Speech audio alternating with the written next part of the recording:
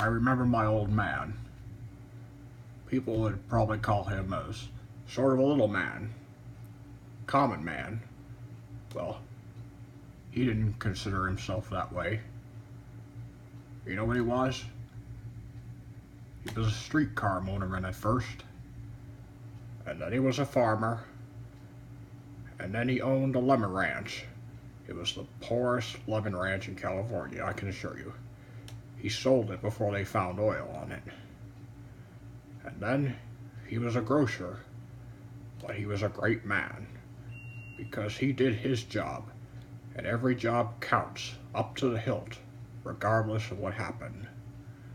Nobody will ever write a book probably about my mother. Well, all of you would probably say this about your mother. My mother was a saint, and I think of her, 2 boys dying of tuberculosis, raising 4 others in order so that she could take care of my older brother for 3 years in Arizona, and seeing each of them die, and when they die it was like one of her own. Yes, she will have no books written about her, but she was a saint. Now, however, we look to the future. Have a little quote about TR. As you know, I do like to read books. I'm not educated, but I do read books.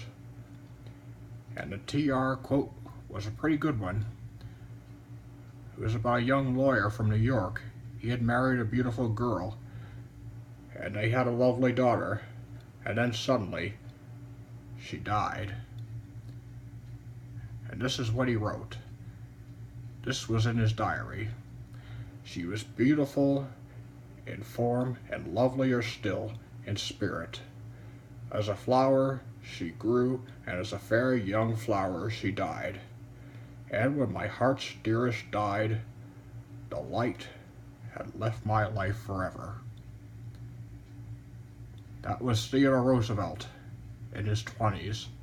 He thought the light had left his life forever.